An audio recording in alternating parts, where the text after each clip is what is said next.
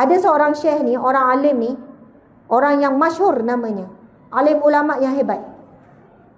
Subhanallah. Ini diceritakan oleh sahabat saya yang pernah tengok depan mata. Kalau sebut nama ulama ni, kita semua akan kenal siapa. Tapi dia kata, satu hari Allah izinkan dia pergi ke rumah alim ulama ni dan melihat bagaimana akhlak dia dengan isteri.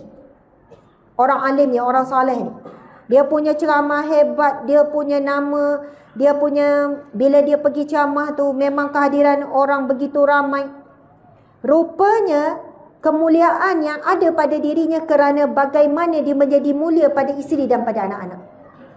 Bila berada di rumah, bila waktu makan, suami orang yang dipandang mulia dan hebat di luar ni, dia akan suap pada anak dia, walaupun anak dia dah besar. Bukan anak baby, bukan anak kecil. Yang pertama, dia suap pada isterinya. Kedua, dia suap pada anak-anaknya.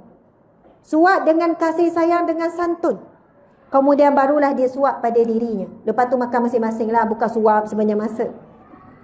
Sebab ambil keberkatan sunnah Nabi. Nabi menyuapkan makanan kepada ahli keluarga, kepada isteri. Jangan balik bidah suami pula ya. Tak apalah suami tak reti suap, kita lah suap. Dua-dua juling, mata tak biasa buat kan. Padahalnya itu sunnah Nabi. Masya Allah, Allahu Akbar. Dua-dua geli naik bulu roma kan. Ui geli Reni, tak ya, tak apalah. Sebab tak biasa buat sunnah Nabi. Sampai geli, sampai buang terbiat. Rasa macam buang terbiat. Masya Allah, Allahu Akbar. Ramai mana orang yang mulia di pandangan masyarakat. Tetapi di rumah, dia tidak dipandang mulia oleh ahli keluarga. Tidak. Masya Allah. Okey, yang terakhir. Yang terakhir. Bunyi terakhir tu segar sikit kan. Yang terakhir. Tapi nak sebut yang terakhir. Okey, kita sebut sepintas selalu. Antara akhlak Nabi, akhlak isteri. Antara akhlak isteri. Subhanallah, Aisyah berkata, Nabi baru pulang dari satu perjalanan. Ketika itu, saya menggantungkan satu kain langsir yang bergambar. Lalu Nabi menyuruhku mencabutnya, justru aku pun cabut. Okey. Daripada hadis Aisyah ini menceritakan antara akhlak seorang isteri bila dah tahu suami akan balik pukul berapa. Ini kan suami pergi kerja contoh, ataupun suami keluar. Kan sekarang kan boleh WhatsApp, 5 minit lagi sampai, 10 minit lagi sampai contoh kan. Apa yang isteri-isteri Nabi buat adalah membersihkan rumah, menyusun atur. Maksudnya kemas rumah sikit untuk menyambut kepulangan suami. Walaupun hari-hari pun suami pergi dan balik, bukan balik lama-lama sekali. Subhanallah. Saya kira ini adalah kebiasaan kita para wanita. Betul kan? Bila agak-agak suami nak sampai, masa tu, macam Superman ada, Spiderman ada, laju buat kerja, kemas. Panggil anak operasi. Itu pengalaman saya lah. Sebelum tu biarlah nak sepah macam mana, sepah dulu anak-anak. Bukan teruk sangat lah. Tak larat nak kemas. Tapi bila dah agak-agak suami nak sampai, kita pun kemas. Suami tak tahu macam mana huru-hara kita. Tapi itu adalah sunnah para isteri Nabi. Kemas rumah, buat persiapan untuk tunggu. Dan antara sunnah Nabi, Nabi tidak akan pulang mengejut. Nabi kalau nak pulang, Nabi pulang pada waktu kebiasaan Nabi balik. Kalaulah contoh Nabi dah sampai awal, tapi biasa Nabi akan balik petang. Nabi akan balik pada waktu kebiasaan supaya tidak mengejutkan isteri dan bagi ruang pada isteri untuk bersiap. Bersiap dari sudut pakaian ke, bersiap dari sudut rumah ke, ataupun hidangan. Tapi zaman sekarang lagi mudah. Walaupun bukan pada waktu biasa, cakaplah sepatah. Dan nak sampai ni 10 minit lagi. Tapi kadang ada suami nak buat surprise. Lambat ni, jam ni, tiba-tiba depan pintu kan. Nasiblah macam mana isteri tak bersiap. Jadi subhanallah, yang ni yang betul-betul terakhir. Masya Allah. Nabi dan Sayyidatina Aisyah berkongsi berus gigi. Oh, ini ustazah janganlah diminta buat. Tak lalu makan ustazah kalau kongsi bergigi. Sayyidatina Aisyah berkata, Nabi Allah apabila hendak bersiwak, baginda akan berikan kayu siwak kepadaku dahulu untuk aku bersihkan. Maka aku gunakannya terlebih dahulu untuk bersiwak. Kemudian aku mencucinya dan dikembalikan kepada baginda semula. Ada kayu siwak yang baru kan? Bukan Nabi guna dulu, Nabi bagi pada Aisyah. Kayu siwak, Nabi suruh Aisyah guna dulu, lepas tu dibersihkan, baru Nabi guna. Macam mana tu? Bunyi macam keluhan tu kan? Tapi kena faham, Nabi adalah orang yang sangat menjaga kebersihan mulut. Tapi kalau suami tu merokok, minta maaf lah. Itu yang tak sampai hati, nak kongsi makan, nak kongsi gelas, nak kongsi buah gigi. Tak boleh nafi, mesti ada bau yang tidak menyenangkan. Nabi tidak makan makanan yang berbau. Isi Nabi pun mulutnya bersih. Sebab itu boleh berkongsi bekas makan makanan, boleh kongsi sampai peringkat berus gigi. Dan Nabi SAW dan juga isteri, sebelum bercakap, mesti berus gigi dulu. Mesti bersiwak dulu.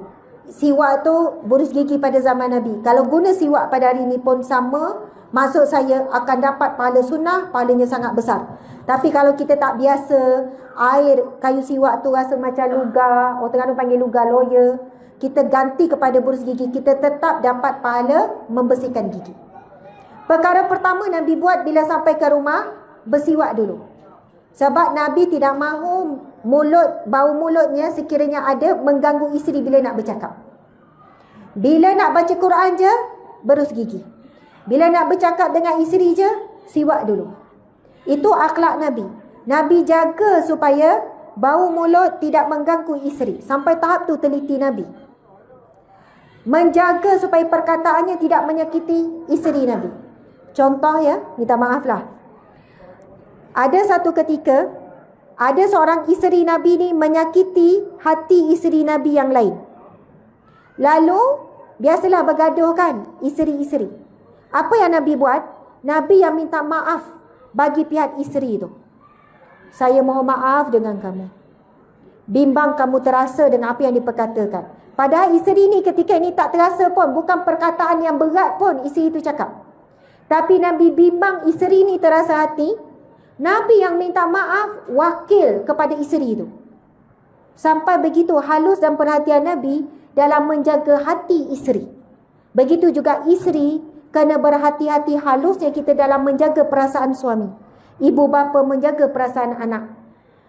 Rakyat, masyarakat menjaga perasaan pemimpin.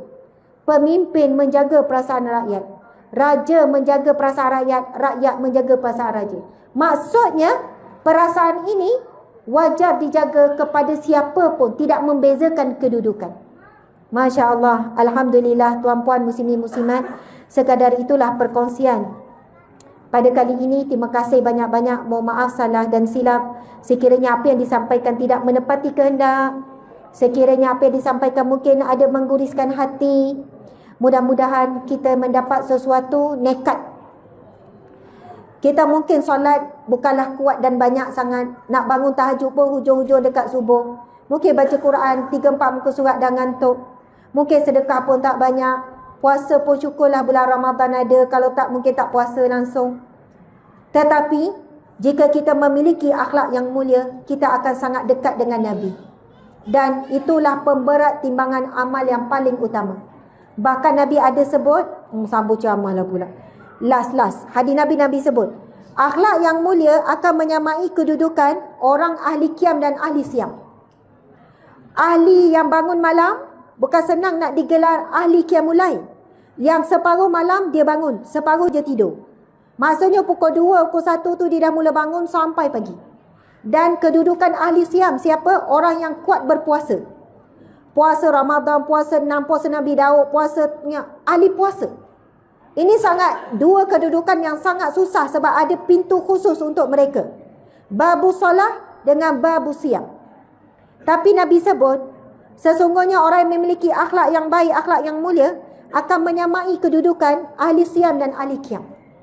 Jadi insya-Allah belum terlambat untuk kita baik pulih dan perbaiki diri, memiliki akhlak yang mulia, selalu minta maaf dengan orang sekeliling, selalu memaafkan tanpa syarat dan sentiasa menjaga hati-hati dan menghormati segala perbezaan yang ada. Kekurangan pasangan diterima dengan sabar, kelebihan pasangan diterima dengan syukur. Sabar dan syukur adalah satu sifat orang bertakwa, laluan ke syurga. Terima kasih banyak-banyak sekali lagi. Mohon maaf sekali lagi. Wabillahi taufiq wal hidayah. Assalamualaikum warahmatullahi wabarakatuh. Oh, subhanallah. Nak ucap terima kasih juga yang hadir secara live. Lebih kurang 3,000 lebih yang hadir melalui live. Kat masjid ada lebih kurang 30,000. Mudah-mudahan termasuk yang tidak dilihat para malaikat meredai kita semua, insya-Allah. Nak ucap juga selamat hari raya walaupun terlambat, dan selamat hari raya korban. Kena usaha melakukan ibadah korban. Biarlah wujud semula suasana dalam kampung Korea ni, Jempol ni, sama masing-masing semangat buat korban. Dan bagi orang yang mampu, kalau tak buat korban, makruh. Allah tak suka. Bagi orang yang mampu. Kadang yang cakap tak mampu, golang tobal tu kan. Dia tak mampu. Maka Allah Maha tahu kita mampu atau tidak. Usahakanlah untuk buat korban, sangat besar ganjarannya, insya-Allah. Okay.